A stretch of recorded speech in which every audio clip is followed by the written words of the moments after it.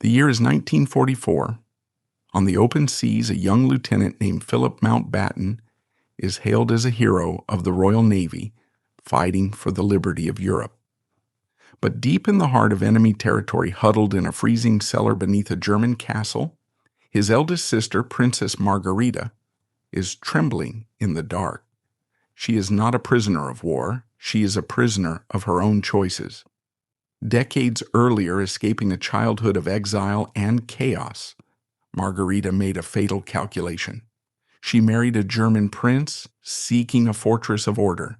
Instead, she locked herself in a cage with the very monster her brother was fighting to destroy. This was the trap of stability. By running from chaos, she ran straight into the mouth of hell. Now she exists in a terrifying limbo, a geographical hostage. To the British, she is the sister of a Nazi. To the Third Reich, she is a suspect with enemy blood. As Allied bombs scream toward the earth, shaking the foundations of her home, a singular, horrific thought pierces her mind. Is the hand that drops this fire the same hand I used to hold when we were children? This is the story of the sister left behind, proving that in war, the front lines are dangerous, but the silent space between two warring nations is where the human soul is truly torn apart. To understand the trap, we must first understand the bait. And for Margarita, the bait was the one thing she never truly had: peace. Born in 1905 at the Royal Palace in Athens, Margarita was the firstborn child of Prince Andrew of Greece and Princess Alice of Battenberg. In the beginning, her life possessed the deceptive veneer of Edwardian stability. She was the granddaughter of a king, the great-granddaughter of Queen Victoria. By blood, she belonged to the most exclusive club on earth. But blood does not guarantee safety. In fact, in the Balkans in the early 20th century, royal blood was less of a privilege and more of a target. Margarita's fatal weakness, her hamartia, began to form here. It wasn't a flaw in her character. It was a wound in her psyche. She was a sensitive child, deeply attuned to the emotional frequencies of the adults around her. And what she tuned into from the very start was fear. She was only a child when the first exile happened. But the defining trauma, the moment that shattered her world and set the trap in motion, came in 1922. The Greco-Turkish War had ended in catastrophe for Greece. The military government needed a scapegoat. They chose her father, Prince Andrew. He was arrested, charged with treason, and sentenced to death. Imagine being 17 years old. You are a princess, yet you are waiting for the news that your father has been executed by firing squad. The stability of the monarchy had evaporated overnight. The palace was no longer a home. It was a crime scene waiting to happen.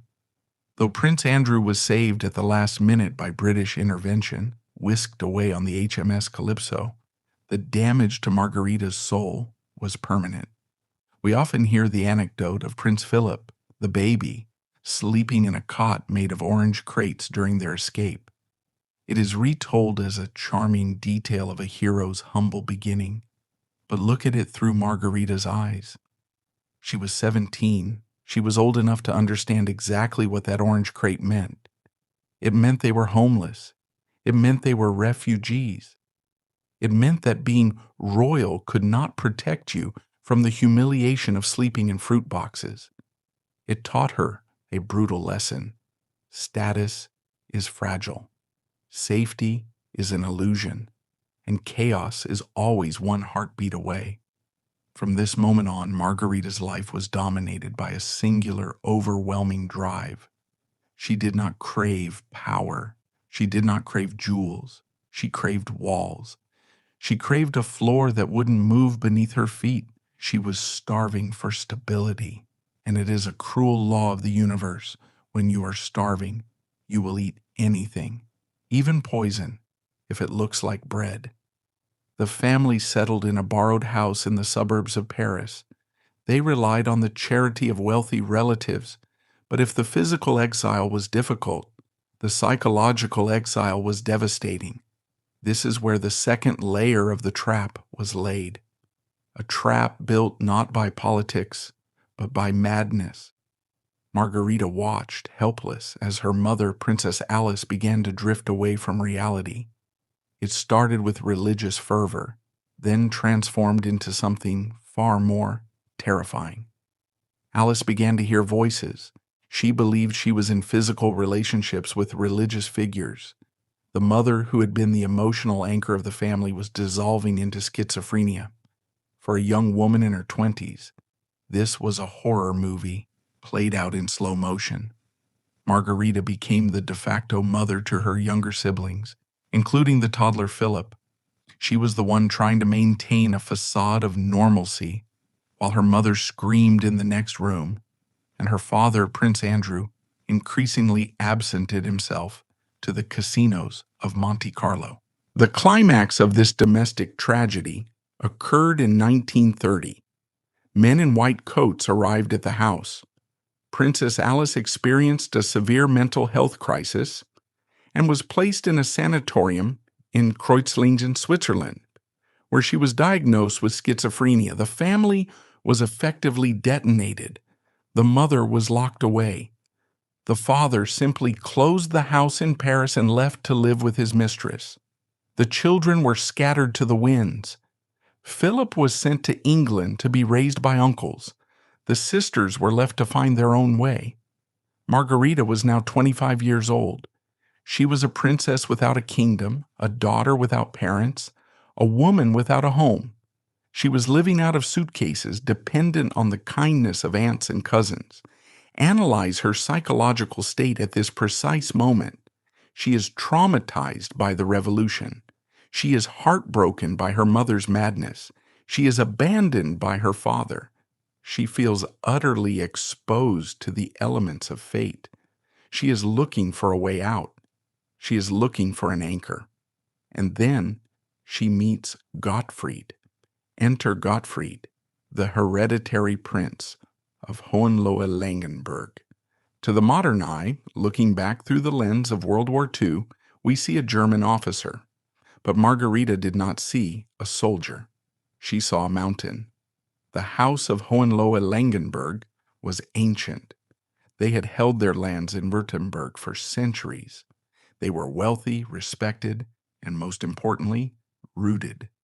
Gottfried was not living out of suitcases. He lived in a castle that had stood for 800 years. His life was governed by the rhythmic, predictable traditions of the German aristocracy. Harvests, hunts, Sunday services.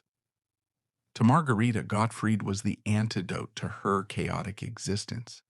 He offered her a life where things made sense, a life where fathers didn't abandon their children and mothers didn't vanish into asylums. She fell in love. But we must ask the detective's question. Did she fall in love with the man, or did she fall in love with the safety he represented? The answer, tragically, is that she likely couldn't tell the difference. In 1931, Margarita married Gottfried. She moved her few possessions into the massive stone walls of Schloss Langenburg. She unpacked her suitcase for what she thought was the last time. She believed she had escaped the storm. She believed she had outsmarted fate. She had found her sanctuary. But there is a terrible irony in history. Sometimes in running away from a fire, you run directly into a volcano. Margarita had sought stability in Germany at the exact moment Germany was about to become the most unstable, dangerous force on the planet. She had married into the German aristocracy just as that class was being seduced, corrupted, and eventually devoured by Adolf Hitler. She thought she was marrying into the past, into tradition and order. In reality, she was marrying into a future of blood and iron. The first few years of her marriage were deceptively calm. Margarita gave birth to children. She managed the household. For a brief, shining moment, the trap felt like a palace. She had the routine she craved. But outside the castle walls, the landscape was changing. The Weimar Republic collapsed. The National Socialists seized power. Here is where the trap begins to close. The German aristocracy, including Gottfried, faced a choice. Many of them, conservative by nature and fearful of communism, initially viewed Hitler as a vulgar but necessary tool to restore order to Germany. They thought they could control him. They thought they could use him to restore the dignity they lost in World War I. Gottfried joined the Nazi Party in 1937, not necessarily out of rabid fanaticism, but out of social pressure and the patriotic duty of his class. Margarita was now the wife of a German officer who was a member of the Nazi Party. Let that sink in. The daughter of the British-aligned Greek royal family, the great-granddaughter of Queen Victoria, was now officially part of the machinery of the Third Reich. This was not a sudden pivot. It was a slow, suffocating drift. Margarita was not political. She was domestic. She likely told herself that politics was men's work, that as long as her children were safe and the castle walls stood firm, the shouting men in Berlin didn't matter. But the trap of stability relies on this specific blindness. It relies on the victim believing that their private world can remain separate from the public world. During these years, the family was still connected. Philip, now a teenager at boarding school in Gordonstun, and later the Royal Naval College, would visit his sisters in Germany. There are home movies of them, Philip, the future British hero, laughing with Gottfried, the future German enemy. They are swimming, hiking, eating picnic lunches. Looking at these images now, they induce a visceral sense of dread. We are watching a family enjoying a picnic on a railroad track, oblivious to the train hurtling toward them. The bond between Margarita and Philip was profound. She was his second mother. He was her baby. But geography was beginning to sharpen its knife. Philip was being molded by British institutions, the Navy, the stiff upper lip, the democratic defiance. Margarita was being molded by German institutions, authoritarianism, obedience, the collective. The geological plates were shifting. The chasm was opening. And Margarita was standing on one side, waving at her brother on the other, not realizing that soon the distance would be too great to shout across. 1939, the year the trap snapped tight. When war was declared in September, the invisible lines on the map suddenly became iron bars. The borders closed, the mail stopped, the telephone lines were cut or monitored. Overnight, Margarita's identity was fractured. In Germany, she was the English princess, suspected of harboring sympathies for the enemy. Her accent, her mannerisms, her family connections all became liabilities. She had to perform loyalty. She had to be more German than the Germans to avoid suspicion. But in England, in the eyes of the British public and even the British government, she was now the Nazi sister. She was the enemy. And what of Philip? He was a midshipman in the Royal Navy. He had sworn an oath of allegiance to King George VI. His duty was to destroy the enemies of the crown. This is the cruelty of the trap. Philip's duty was to destroy the regime that his brother-in-law served. Margarita's duty was to support the husband who was trying to sink her brother's ships. The psychological dissonance required to survive this is almost unimaginable. Margarita had to split her soul in two. One half, the wife, stayed in the drawing rooms of Langenberg, participating in the domestic war efforts expected of officers' families. The other half, the sister, retreated deep inside into a secret, silent chamber of her heart, where she kept the memory of Philip alive, terrified that if she spoke his name, she might somehow curse him. She was no longer just a woman. She was a conduit for pain. The stability she had sacrificed everything for had become a prison cell, and the key was thrown away. As the first bombs began to fall on Europe, Margarita realized the terrible truth. The castle walls she thought would keep the world out were now keeping her in, and the fire was coming. The war did not begin for Margarita with a bang, but with a suffocation. The first casualty of her personal war was communication. We must analyze the specific nature of the silence that descended upon her in 1940. It was not merely that the postal service stopped functioning between Germany and England. It was a total information blackout enforced by two warring empires.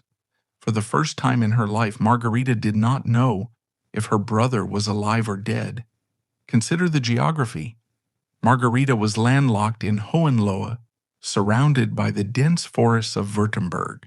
Philip was at sea. The ocean is vast, and in 1940 it was the primary theater of death. While Margarita walked the cold stone halls of her castle, trying to keep the rooms warm with dwindling coal supplies, Philip was engaged in some of the most ferocious naval battles of the century. He served as a midshipman on the battleship HMS Ramillies, escorting convoys through the Indian Ocean and later transferred to the Mediterranean fleet. This is where the trap of stability reveals its cruelest paradox. Margarita had married into the German aristocracy to find a home, but in doing so, she had positioned herself on the wrong side of the news. Every time the German radio, the Volksempfänger, announced a glorious victory against the Royal Navy, Margarita's heart would stop. A German victory meant a British ship had been sunk. A British ship sinking meant her baby brother might be drowning in burning oil. She had to perform a grotesque emotional pantomime.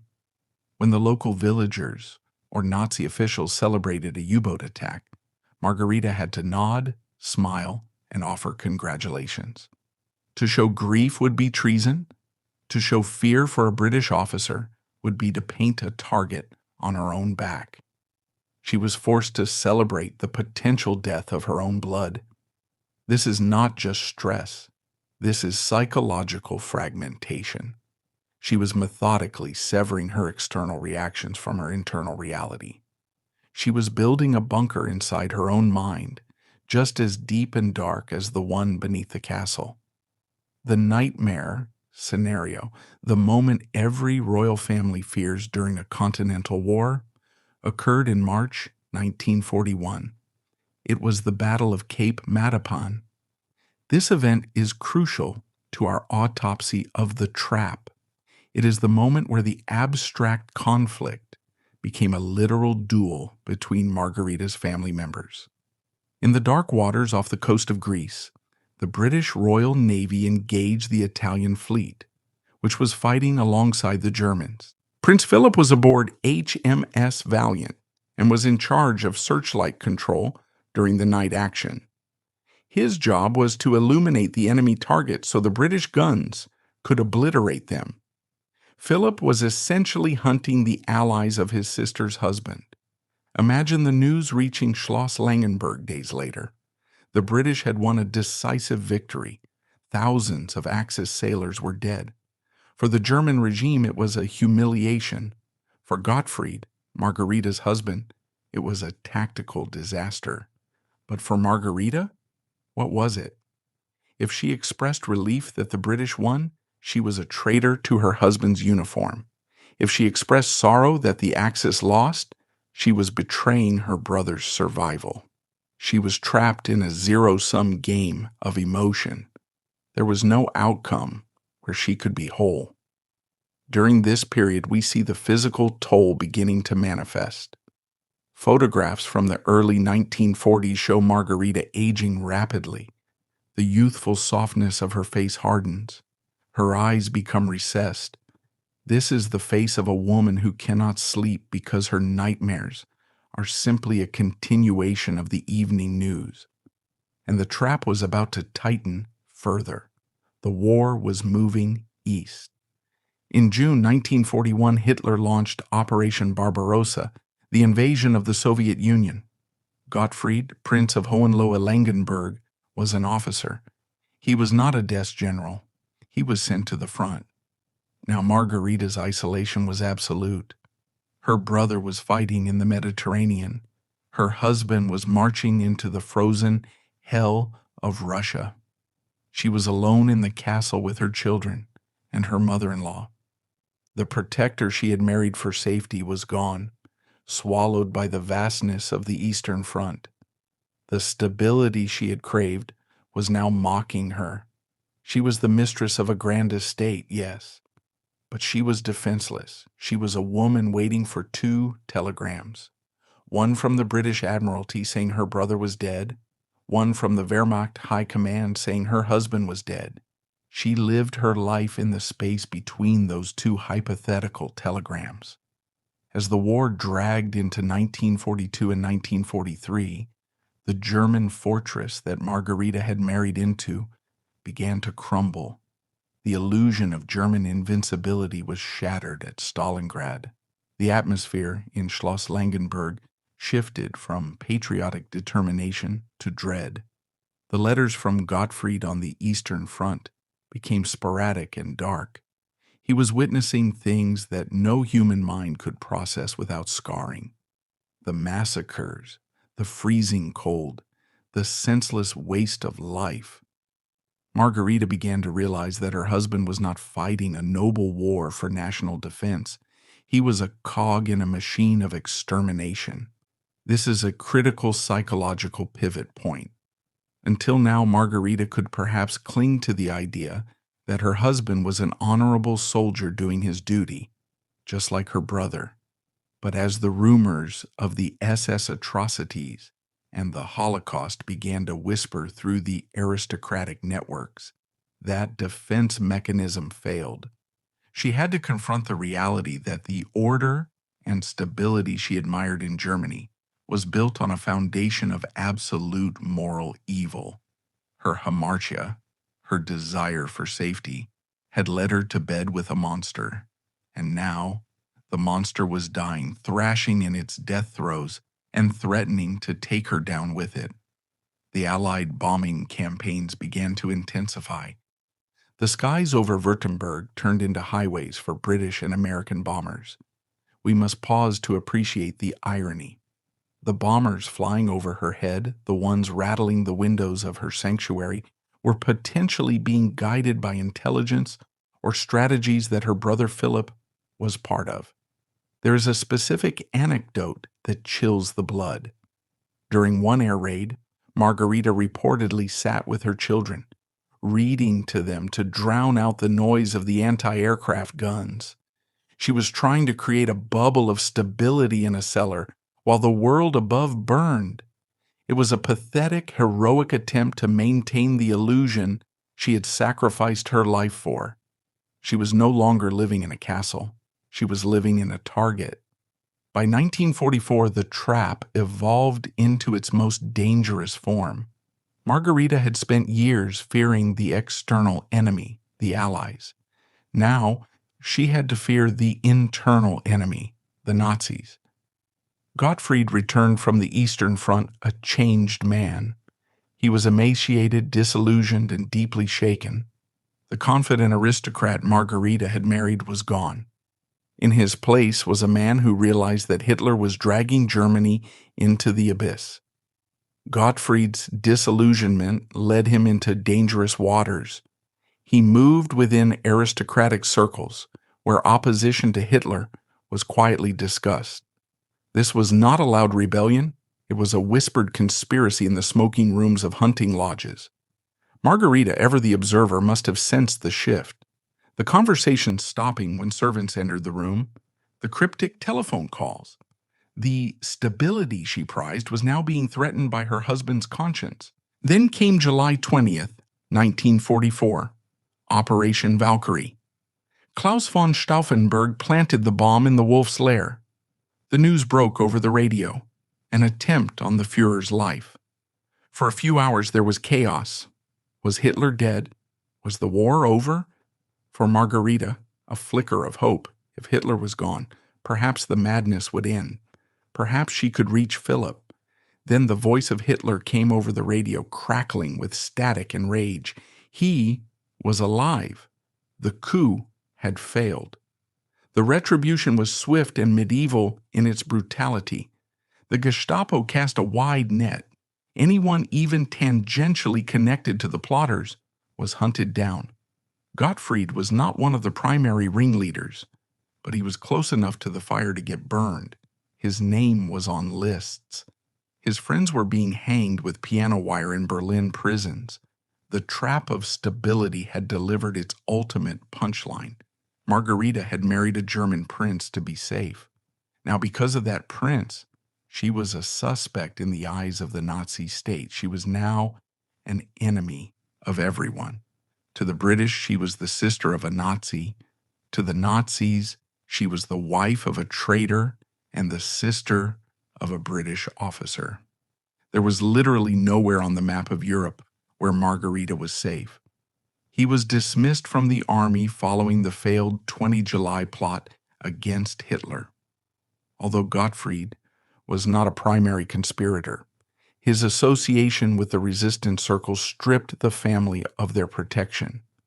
They were now living under intense scrutiny, fearing surveillance, denunciation, and the midnight knock of the Gestapo. Imagine Margarita's life now. She's living in her own home, but she is a prisoner. Every word she speaks at the dinner table is recorded. If she cries for her brother Philip, it is noted as defeatist sentiment. If she criticizes the food shortages, it is undermining morale. She was living with a gun pointed at her temple 24 hours a day. And in the midst of this, the Allied armies were closing in. The Americans were approaching from the west, the Russians from the east. The front line was collapsing toward Langenberg. Margarita had to prepare for the end. But what did the end look like? If the Nazis decided to liquidate traitors before they fled, she and Gottfried would be shot. If the Americans arrived and mistook the castle for a Nazi stronghold, they would be shelled. If the frantic, retreating SS units passed through, they might burn the castle out of spite. The stability she had sought was now a pile of dry tinder, waiting for a spark. In 1944, amid the collapse of the Reich, she gave birth to another daughter. In the middle of the apocalypse, a new life. It was an act of defiance, or perhaps an act of madness, bringing a child into a world that was actively trying to kill them. As the winter of 1944 turned into the spring of 1945, Margarita reached the nadir of her existence. She was starving, literally. The princess who had grown up in palaces was now foraging for food. The castle was freezing. There was no medicine. She was stripped of everything: her title, her dignity, her safety, her connections. All that remained was the raw instinct to survive. She did not know it yet, but the war was about to end. However, for Margarita, the end of the war would not bring peace. It would bring a new kind of humiliation. The trap was about to change shape again. She was about to go from being a hostage of war to being a pariah of peace. The end of the world did not come with fire and brimstone, but with the rumble of American tanks. In the spring of 1945, the Third Reich collapsed. For Margarita, this was the moment the trap unlocked its doors, but only to reveal that the house had burned down.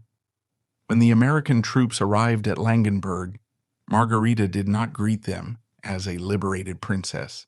She faced them as a German woman. To the GIS chewing gum and holding Thompson submachine guns, she was not the granddaughter of Queen Victoria. She was just another wife of a Kraut officer. She was the enemy. This transition is psychologically violent. For years, she had to suppress her British identity to survive the Nazis. Now, facing the Allies, she desperately needed that British identity to survive the liberation. But it was too late. The stain of her marriage was indelible. Her husband, Gottfried, was taken into custody. He became a prisoner of war. The protector was stripped of his uniform, his rank, and his dignity. Margarita was left alone in the castle, which was swiftly commandeered by American officers. The irony was sharp enough to cut skin. The very people her brother Philip was fighting alongside, the Americans, were now occupying her home, treating her with suspicion and disdain. She was a refugee in her own dining room, but the physical occupation was nothing compared to the moral reckoning. As the concentration camps were liberated, the truth of the Holocaust spilled out into the world. The sheer scale of the industrial slaughter became undeniable. Margarita had to look at her husband's field gray uniform hanging in the closet and ask herself the question that would haunt her for the rest of her life. How much did we know? Even if Gottfried was not a war criminal, even if he had turned against Hitler in the end, he had served the machine. Margarita had knitted socks for the machine. She had accepted the stability provided by the machine. The trap of stability now revealed its moral price. She had purchased her safety with moral blindness. Now the blindfold was ripped off, and she was forced to stare into the abyss of what her adopted nation had done. The shame was absolute. It was a heavy, suffocating cloak that she would wear until her dying day. Peace in 1945 did not mean plenty. It meant hour zero, Stunde Null. Germany was a moonscape of rubble and ash. Margarita, the Princess of Hohenlohe-Langenburg, was now living in conditions that rivaled her exile in the 1920s. The family wealth had evaporated. The currency was worthless. They were land-rich but dirt-poor. We have accounts of this period that are heartbreaking in their domesticity. The woman who was born in the royal palace of Athens was now planting potatoes in the castle grounds, not as a hobby, but to keep her children from starving. She bartered family heirlooms for butter and coal, but the deepest hunger was emotional. She was desperate for word from Philip. When the letters finally started to get through, they brought a complex mix of joy and bitterness. Philip was alive. He was a hero. He was in London, moving in the highest circles of victory. He was courting Princess Elizabeth, the heiress to the British throne. The contrast between their lives was now a canyon. Philip was ascending to the very peak of the world, the future husband of a queen. Margarita was scrabbling in the dirt of a defeated nation, branded a pariah. She wanted to rush to him. She wanted to hug the brother she hadn't seen in 6 years. But the trap had one more cruel mechanism to deploy: the politics of guilt. She applied for travel papers to visit England. She was denied. She tried to use her royal connections. They went silent. The British establishment, and indeed the British public, were in no mood to forgive. To them there was no distinction between a good German and a bad German. There were only Germans, and Margarita by marriage was one of them. She was toxic. For Philip, who was trying to become a naturalized British subject and shed his foreign baggage to marry the future queen, his German sisters were a massive political liability.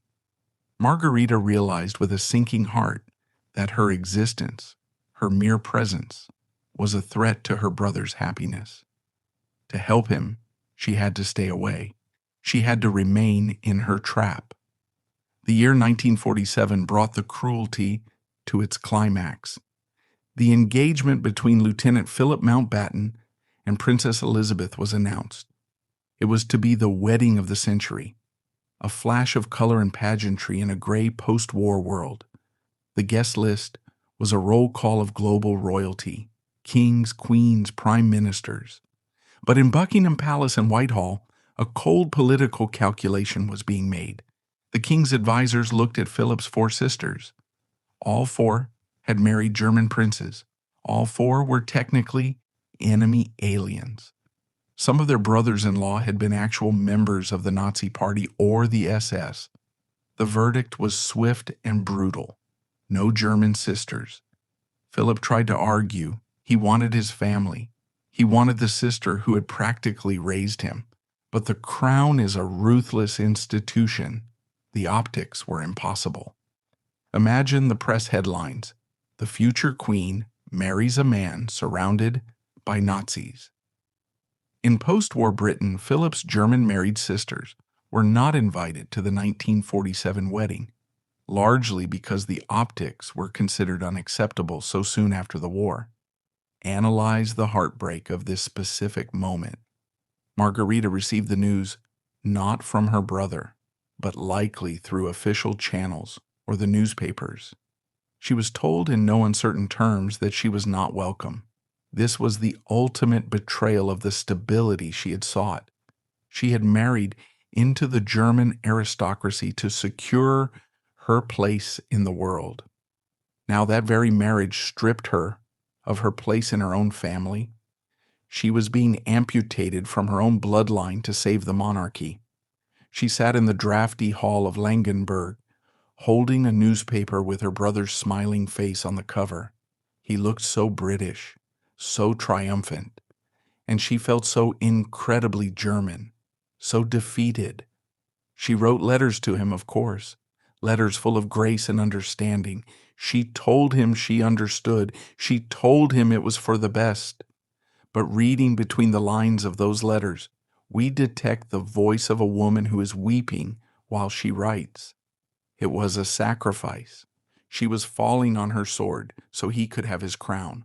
November the 20th, 1947, Westminster Abbey. The bells rang out across London.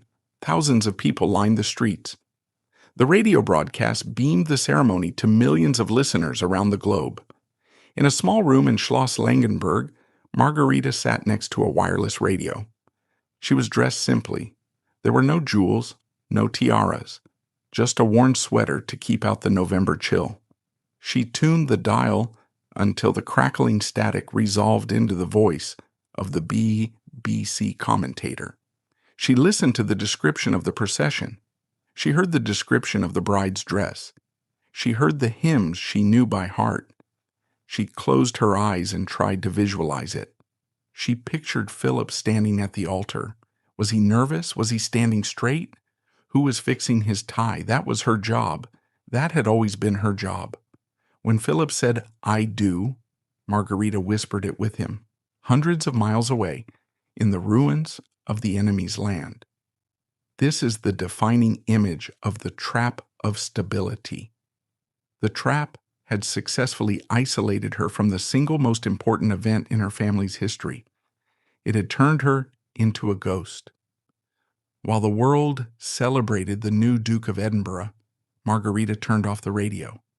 The silence that rushed back into the room was heavier than before. She looked out the window at the gray German sky. She was happy for him, truly. But she also knew that a door had closed forever.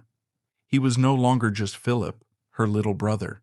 He was now a possession of the British Empire, and she was a relic of a fallen empire. The distance between them was no longer just geographical. It was dynastic. He had crossed a threshold she could never follow.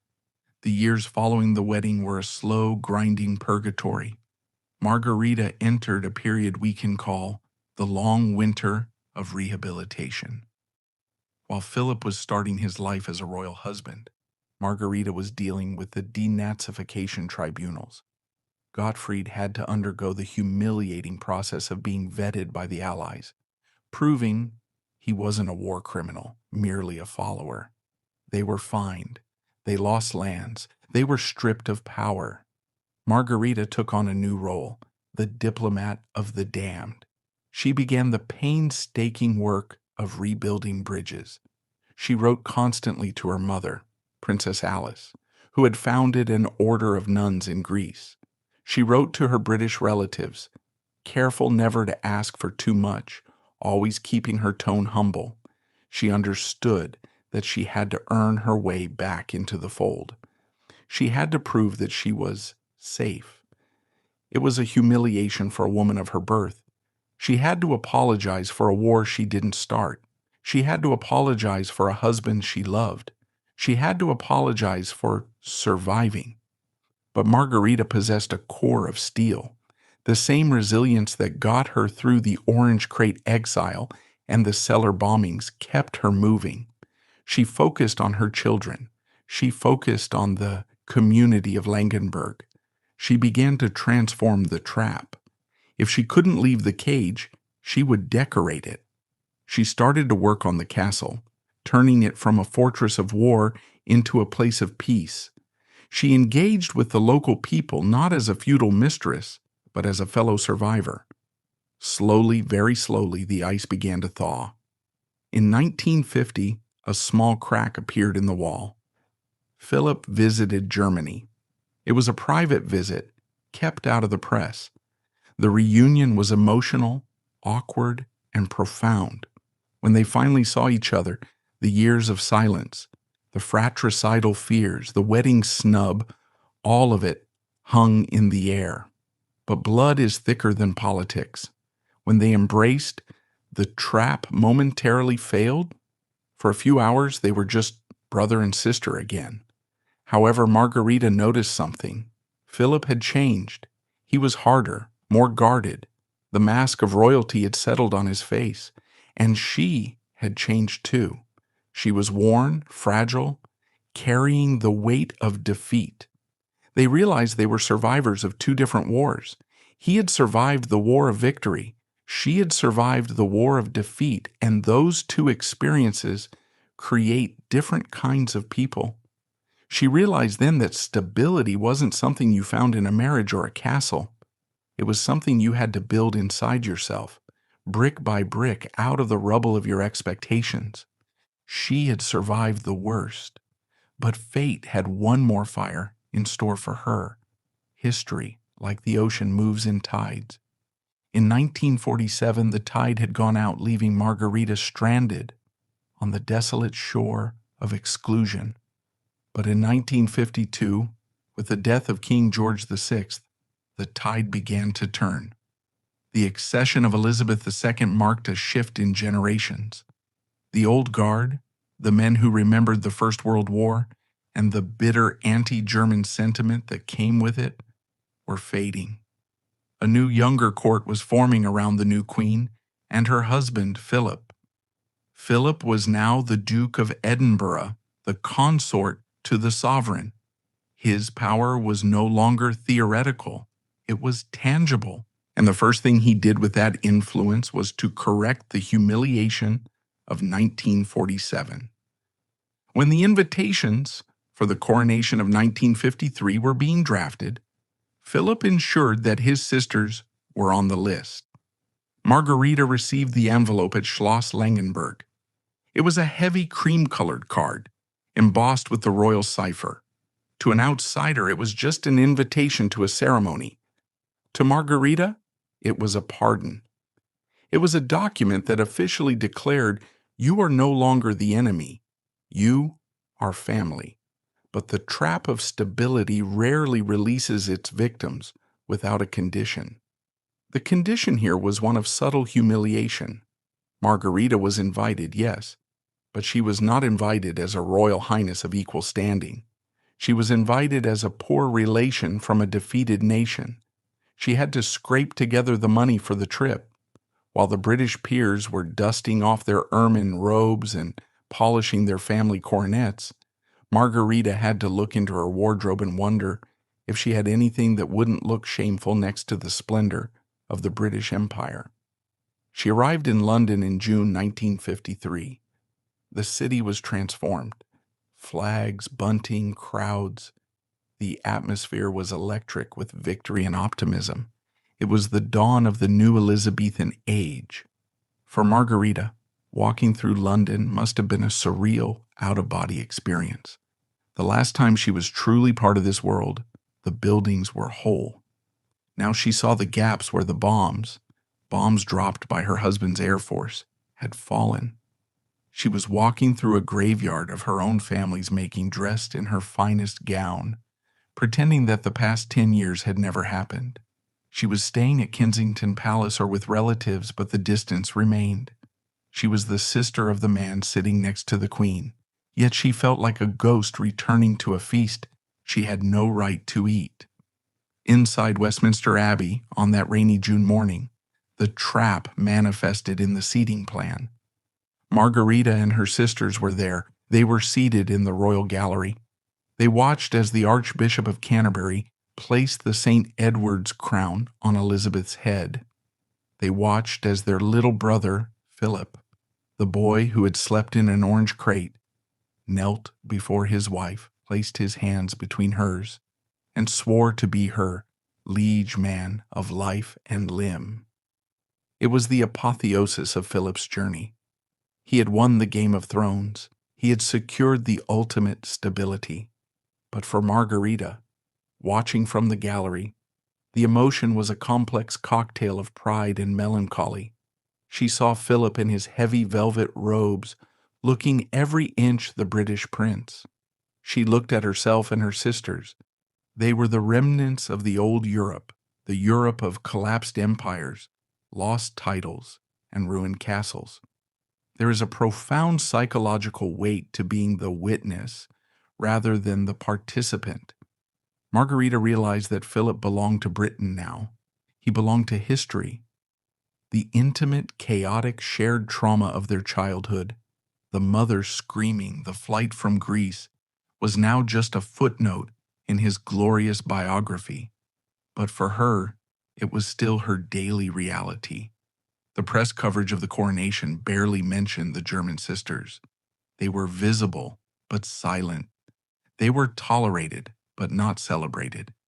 They were the shadows that made Philip's light shine brighter. After the ceremony, there were parties, balls, receptions. Margarita danced in the ballrooms of London. For a few nights, she could pretend that the war hadn't destroyed her world. She could drink champagne and laugh with cousins she hadn't seen in decades. But the clock always strikes midnight. The carriage turns back into a pumpkin. The coronation ended. The bunting was taken down, and Margarita had to pack her bags and return to Germany. The transition was brutal. One day she was in the center of the British Empire, surrounded by gold plate and footmen. The next day she was back in the drafty halls of Langenberg, worrying about the cost of heating oil and the leaking roof. The trap had allowed her a weekend release, only to pull her back into the gray reality of her existence. The mid-1950s in Langenberg were defined by a different kind of battle. The guns had fallen silent, but the economic war was raging. Margarita's life became a ceaseless struggle to save the estate. The stability she had married for was now a burden she had to carry. Schloss Langenberg was massive, ancient, and crumbling. It required a fortune to maintain, a fortune they no longer possessed. Gottfried, her husband, was a broken man. The war, the Eastern Front, the dismissal, the humiliation of the occupation, it had all taken a toll on his health. He suffered from heart problems and a deep, lingering depression. He was the nominal head of the house, but Margarita was the spine. She became the manager of a failing enterprise. This is the unglamorous reality of the trap. We imagine princesses in towers. We rarely imagine them negotiating with bank managers or arguing with plumbers. Margarita had to swallow her pride. To save the castle, she had to commercialize it. They opened parts of the estate to the public. They started a tea room. The Princess of Greece and Denmark, the sister of the Duke of Edinburgh, was effectively running a cafe for tourists. She did it with dignity. She did it because it was the only way to hold on to the physical shell of her life. If she lost the castle, the trap would be complete. She would have sacrificed everything for nothing. There is a specific kind of exhaustion that comes from maintaining a facade. Margarita had to present a face of serene aristocracy to the village and the visitors, while behind closed doors she was counting pennies. Meanwhile, Philip's life was exploding in Technicolor. He was touring the Commonwealth on the Royal Yacht Britannia. He was opening the Olympic Games. He was the most famous man in the world. Margarita would see newsreels of him in the local cinema. She would see him in the tropics, in Antarctica, in America. And then she would walk back to her cold castle, where the wind whistled through the cracks in the stone. The contrast was not just economic, it was existential. Philip was expanding. Margarita was contracting. He was conquering the future. She was maintaining the past. As if the burden of the husband and the castle were not enough, the late 1950s brought the return of the matriarch. Princess Alice, their mother, had always been the unpredictable element in the chemical equation of their family. After the war, she had founded a nursing order of nuns in Greece, the Christian sisterhood of Martha and Mary. She wore a gray habit, smoked cigarettes, and lived a life of ascetic devotion. In the late 50s, as her health began to fail and the political situation in Greece became unstable again, Alice spent more time visiting her daughters in Germany. Having Alice at Langenberg was both a blessing and a curse. It was a reconnection with the root of Margarita's trauma, but also with the source of her resilience. Alice was a woman who had completely rejected the trap of stability. She didn't care about castles or titles or money. She had given it all away. She looked at Margarita's struggle to save the estate with a detached spiritual amusement. For Margarita, this was psychologically confronting. Here was her mother, telling her that the material world was an illusion, while Margarita was killing herself to preserve that very illusion. There were scenes of quiet conflict. The mother in the nun's habit praying in the chapel, the daughter in the tweed suit, worrying about the accounts in the office. Two different responses to the tragedy of their lives.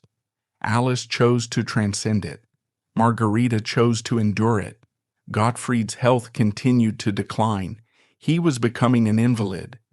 Margarita was now nurse to her husband, host to her mother, and mother to her own grown children. She was the fulcrum upon which the entire heavy machinery of the family rested.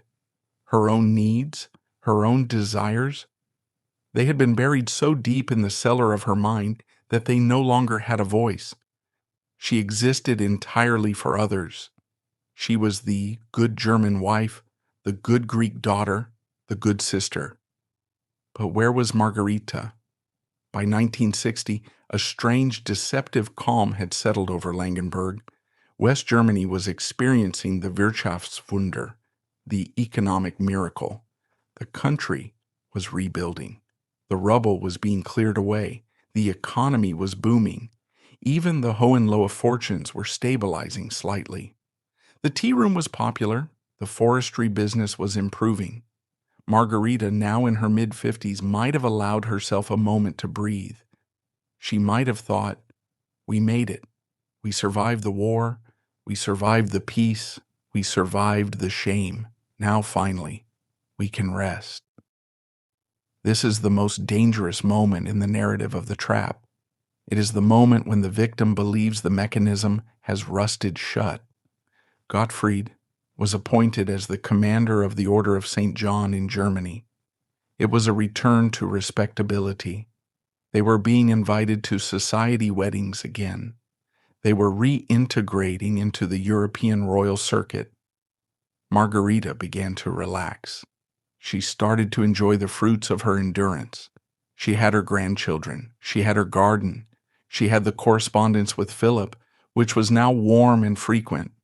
She believed she had successfully navigated the minefield of history. She thought her sacrifice had paid off. She had kept the castle. She had kept the family together. But the Greeks, her ancestors, knew something about hubris. They knew that fate does not like to be outsmarted. They knew that just when the hero thinks he has reached Ithaca, the gods send one final storm. Margarita had spent 30 years protecting her stability from external forces, from revolutions, from Nazis, from bombers, from poverty. She had fortified the walls against the world outside, but she forgot one thing. Sometimes the danger is not outside the walls. Sometimes the danger is inside the wiring. The year 1963 was approaching, the year that would prove, once and for all, that the trap of stability has no exit.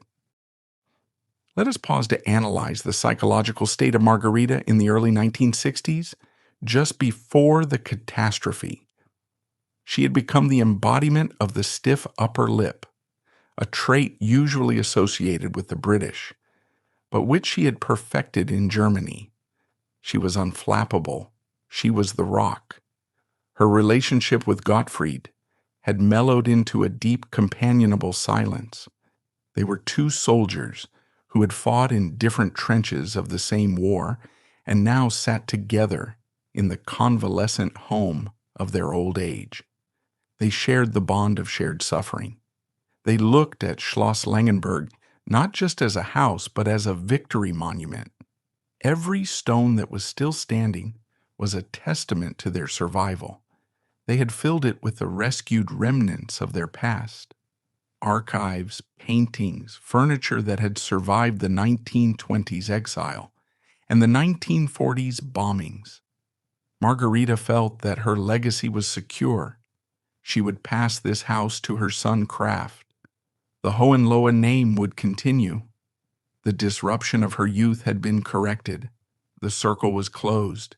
She slept soundly in those years. She no longer went to the cellar when planes flew overhead.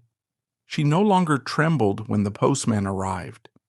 It is a cruel narrative device, but necessary to point out.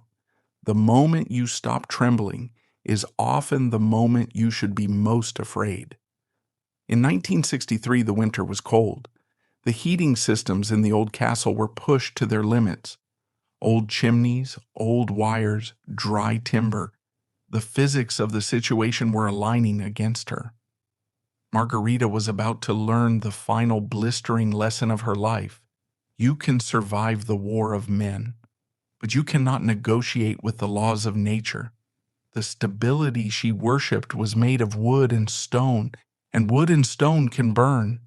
The narrative of the trap demands a victim, but it also demands a witness. By 1960, Gottfried, the man Margarita had married for safety, had become a shadow. The war had broken him physically. The peace had broken him spiritually. On May 11, 1960, Prince Gottfried of Hohenlohe-Langenburg died. He was 63 years old. We must analyze the specific nature of this loss for Margarita. This was not just the grief of a widow. It was the collapse of the primary pillar of her existence. Gottfried was the reason she was in Germany. He was the reason she had endured the war, the hunger, the shame. He was the stability she had bet her life on. Now, he was gone. Margarita was 55 years old. She stood by his grave in the family cemetery at Langenberg, surrounded by the somber forests of Württemberg. Consider her position. She was now a Greek princess, the widow of a German officer, the sister of a British prince, living alone in a massive drafty castle that was slowly eating up her finances. The death of Gottfried removed the last buffer between Margarita and reality. She was now the sole guardian of the Hohenlohe legacy. The trap had shifted its weight entirely onto her shoulders. She could not leave. She could not retire. She had to stay and fight for the stone walls that defined her children's heritage. For 3 years, she played the role of the dowager princess with stoic perfection. She managed the accounts. She greeted the tourists. She maintained the fiction that everything was fine. But fate was not done with her. The Greek tragedians wrote that when the gods want to destroy you, they first make you feel safe. Margarita thought the worst had happened. She thought death was the ultimate tragedy. She was wrong. On the night of 23rd to 24th of January 1963, disaster struck. The winter of 1963 was one of the coldest in European history. The big freeze had gripped the continent. Rivers were frozen solid. In Schloss Langenberg, the cold was a physical enemy. The massive stone walls radiated a chill that penetrated the bone. To fight the cold, the heating systems of the castle were pushed to their absolute limit. Every fireplace was roaring. Every stove was stoked. The old chimneys, centuries old and lined with the soot of history, were baking in the heat. Margarita was going about her routine. It was a day like any other. The mundane rhythm of aristocracy in decline. Tea, letters, managing the staff. There is a terrifying banality to the start of catastrophes. There is no ominous music, no thunderclap, just a small, unnoticed chemical reaction deep within a chimney flue. A spark finding a pocket of dry timber, a smolder turning into a flame. The trap of stability was about to become a literal fire trap. Margarita had spent her life craving walls, roofs, and shelter. She believed that a castle was the one thing that couldn't be taken away from her. Revolutionaries could take a throne. Armies could take a country. But fire? Fire takes everything. In the early afternoon, the smell of smoke began to drift through the corridors. At first, it was dismissed. Old houses are drafty. Fireplaces smoke. But then came the sound, a low, rushing roar like a train moving through the walls. When the alarm was raised, it was already too late. The fire, caused by a defective chimney, devastated the main residential tract, burning out the entire east wing and parts of the north wing. Panic ensued. The local fire brigade from Langenberg arrived, but they were hopelessly outmatched. The water in the hoses froze. The ladders were too short to reach the high towers. The fire was a living, breathing beast, devouring the dry timber beams of the attic. Reinforcements were called from neighboring towns. Even the American Army units stationed nearby, the former occupiers, rushed in with equipment to help. But the fire was faster. It jumped from room to room, floor to floor.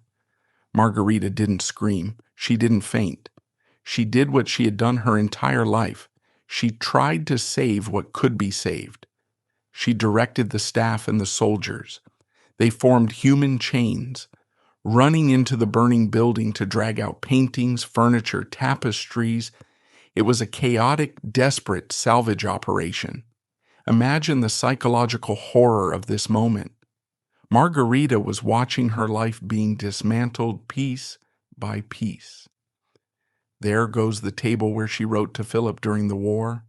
There goes the portrait of the husband who just died. There goes the bed where her children were born. The stability she had sacrificed everything for was turning into ash and drifting away on the winter wind. By the time the fire was brought under control, the devastation was absolute. The central block of the castle and the west wing were gutted. The roof had collapsed. The skyline of Langenberg, which had remained unchanged for centuries, was now a jagged row of broken teeth against the gray sky. But the true tragedy was not the loss of the architecture. It was the loss of the archive. Margarita was a keeper of history. In the attics and libraries of Langenberg, she had stored the physical proof of her existence. The fire consumed priceless treasures. But for Margarita, the most agonizing loss was personal. The letters from her mother, Princess Alice, written during her periods of madness and her periods of saintliness, burned. The photo albums of her childhood in Greece, burned. The correspondence with Philip during the silent years, burned. The diaries, the notes, the ephemeral scraps of paper that proved she had lived, loved, and suffered, all turned to dust. We spoke earlier of the trap. This was its final, cruelest mechanism. It didn't just kill her husband, it erased her past. Without those papers, without those objects, her memories were unmoored. She was once again the exile, the refugee. The orange crate baby had become the woman standing in the ashes of her own home. She had sought permanence. She was left with a ruin. In the aftermath of the fire, Margarita resembled the biblical figure of Job. She had lost her country, her mental peace, her brother's presence, her husband, and now her home. Yet she did not collapse. The Hohenlohe motto is Ex flammis orior, from the flames I rise. Or perhaps it should have been. Margarita embodied a stoicism that was terrifying in its intensity. She moved into the few rooms that were still habitable. She lived in the ruin.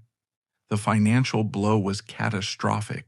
The insurance was insufficient to cover the rebuilding of a historic monument. They were facing ruin. And here the trap offered a strange, bitter form of redemption.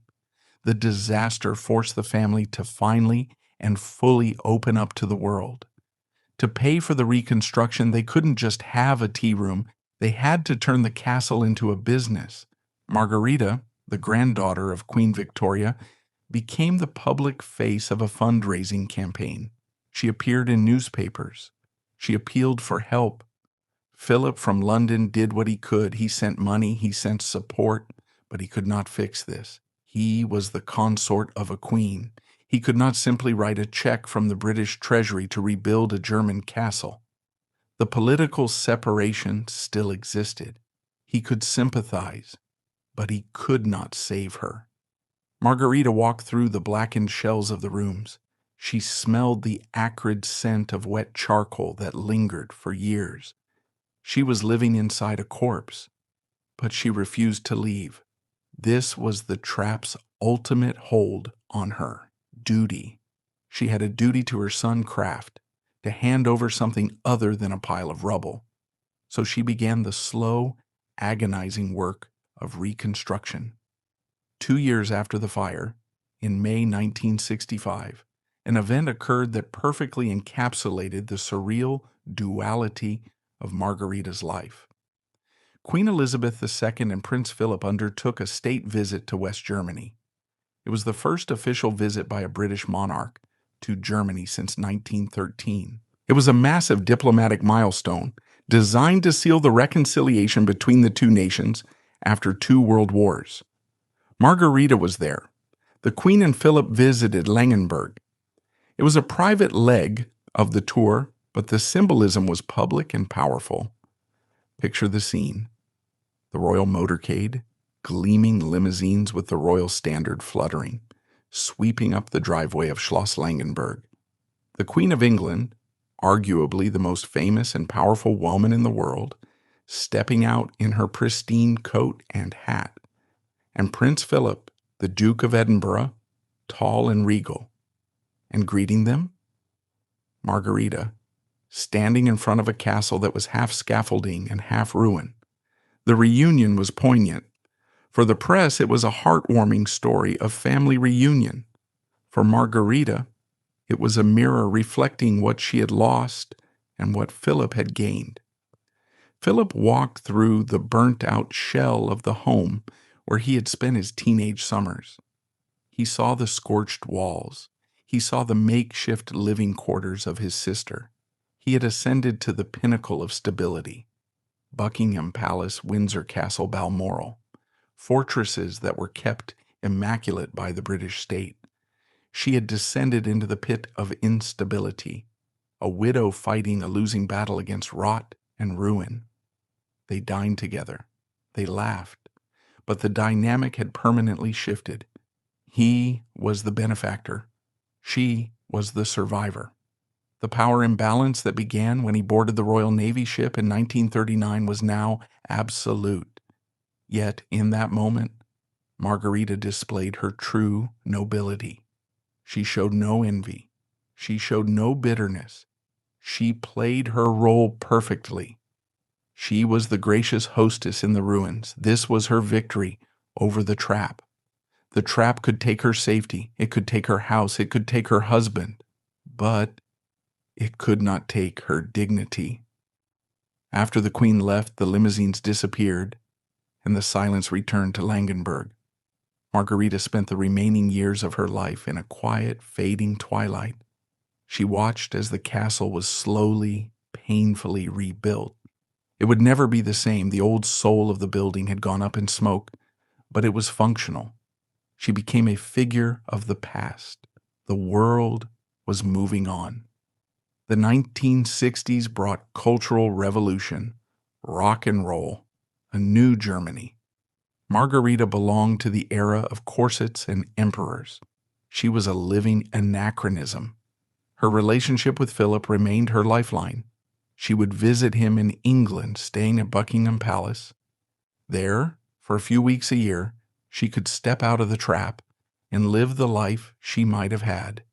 She could play the role of the beloved aunt, the royal sister, but she always had to go back to Germany, back to the graveyard of her ambitions.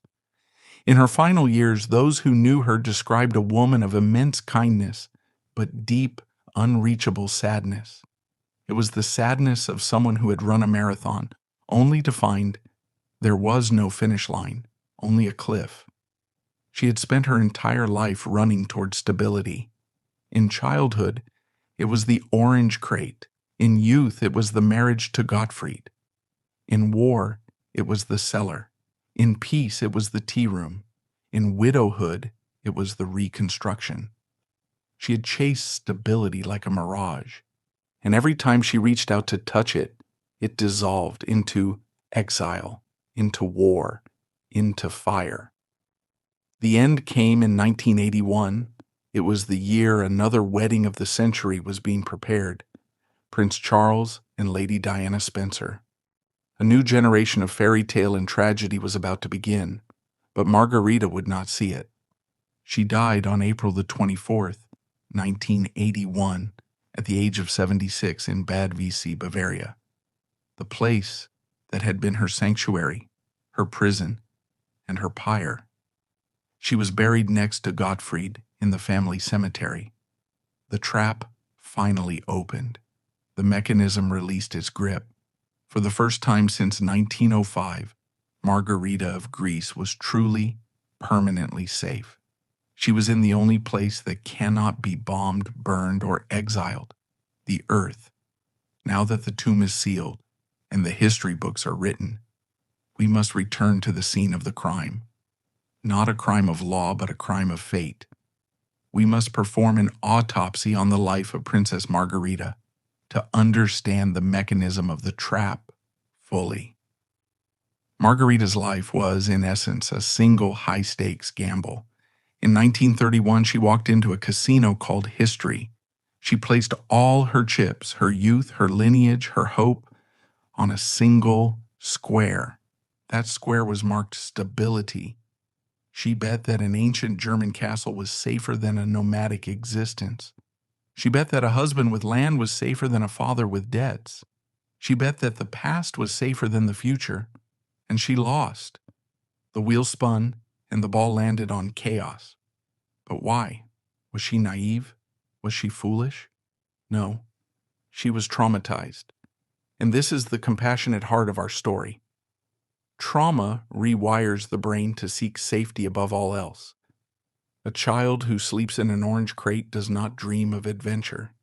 She dreams of thick walls. A girl whose mother is taken away by screaming voices does not dream of passion. She dreams of silence. Margarita's tragedy was that her psychological needs were perfectly out of sync with her historical reality. She sought permanence in the 20th century, the century of disruption. She tried to stand still in an era that demanded movement. The trap of stability teaches us a brutal lesson. In a world on fire, the person who builds a fortress becomes a prisoner. The person who builds a boat might survive. We cannot close this file without looking one last time at the other player in this drama, Prince Philip. The lives of the brother and sister are perfect, inverse reflections of each other. They are the photo negative and the print. Philip started in the same orange crate. He suffered the same broken home. He saw the same madness in his mother. But his reaction to the trauma was the exact opposite of Margarita's. Margarita chose defense. She tried to wall herself in. She married into the existing order, the German aristocracy, hoping it would protect her. Philip chose offense. He went out to conquer. He joined the Royal Navy. He married the future queen. He didn't look for a safe harbor. He built his own ship. Philip realized that in a chaotic world, stability is not something you find. It is something you enforce. You create it through duty, through service, through constant adaptation. He changed his name, his religion, his nationality. He became a chameleon to survive. Margarita refused to change, or perhaps she couldn't.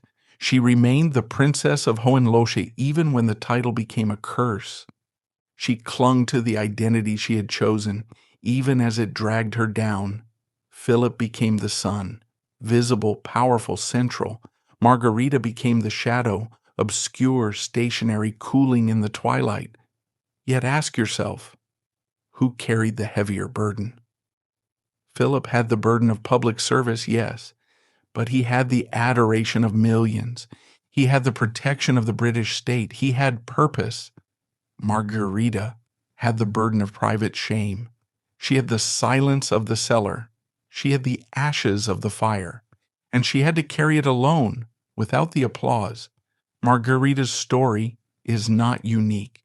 It is the story of thousands of women in the royal and aristocratic families of Europe during the World Wars. History loves the soldiers. It loves the politicians. It loves the resistance fighters. It loves the clear-cut narrative of good versus evil. But what about the women in the middle? What about the women who were traded like chess pieces in marriage alliances before the war, only to find themselves on the wrong side of the board when the shooting started? They are the geographical hostages. They are the women who had to sleep next to the enemy, but that enemy was their husband. They are the women who had to hide their tears when their own country was bombed because showing grief was an act of treason. Margarita represents the complexity of human loyalty. We like to think that loyalty is simple. You fight for your country. You fight for your flag. But what if your flag is on one side and your heart is on the other? Margarita teaches us that sometimes the bravest thing a person can do is not to pick up a gun, but to endure the impossible contradiction of loving people who are trying to kill each other. She held the tension of the world in her own heart, and it broke her. Today, if you visit Langenberg, you will see a beautiful castle. It has been rebuilt. The roof is new. The tourists drink tea in the cafe. The car museum is popular. It looks peaceful. It looks stable. But if you know where to look, you can still see the scars. You can feel the ghost of the fire. Margarita left no great memoirs. She gave no explosive interviews. She did not write a tell-all book to cash in on her brother's fame. She took her secrets to the grave. This silence is her final dignity. In an age of celebrity, where every trauma is monetized and every grievance is aired on television, Margarita's silence feels like a monument. She belonged to a generation that believed you did not complain. You did not explain. You simply endured. Her legacy is not in the building she saved, but in the family she held together. Despite the politics, despite the war, despite the fire, the bond between the siblings survived. At her death in 1981, Philip lost the last living witness to the shared trauma of their childhood. He wasn't mourning a German princess. He was mourning the girl who had held his hand on the deck of the HMS Calypso in 1922. He was mourning the only person left in the world who remembered the orange crate. With her death, the last witness to the origin of his trauma was gone. He was finally truly alone at the top of the world. So was the trap of stability a tragedy or a triumph? It was a tragedy because it stole her happiness. It robbed her of the peace she craved. It turned her life into a study of fear. But perhaps in a quiet, overlooked way, it was also a triumph. Because she didn't run. When the bombs fell, she stayed. When the Gestapo knocked, she stayed. When the Americans occupied, she stayed. When the fire burned, she stayed. She proved that while stability might be a trap, resilience is a superpower. Margarita of Greece and Denmark, the Princess of Hohenlohe-Langenburg, the sister of the Duke. She sought a castle to hide in. She ended up standing in the ruins, exposed to the wind, but she was still standing, and in the end, perhaps that is the only victory history allows.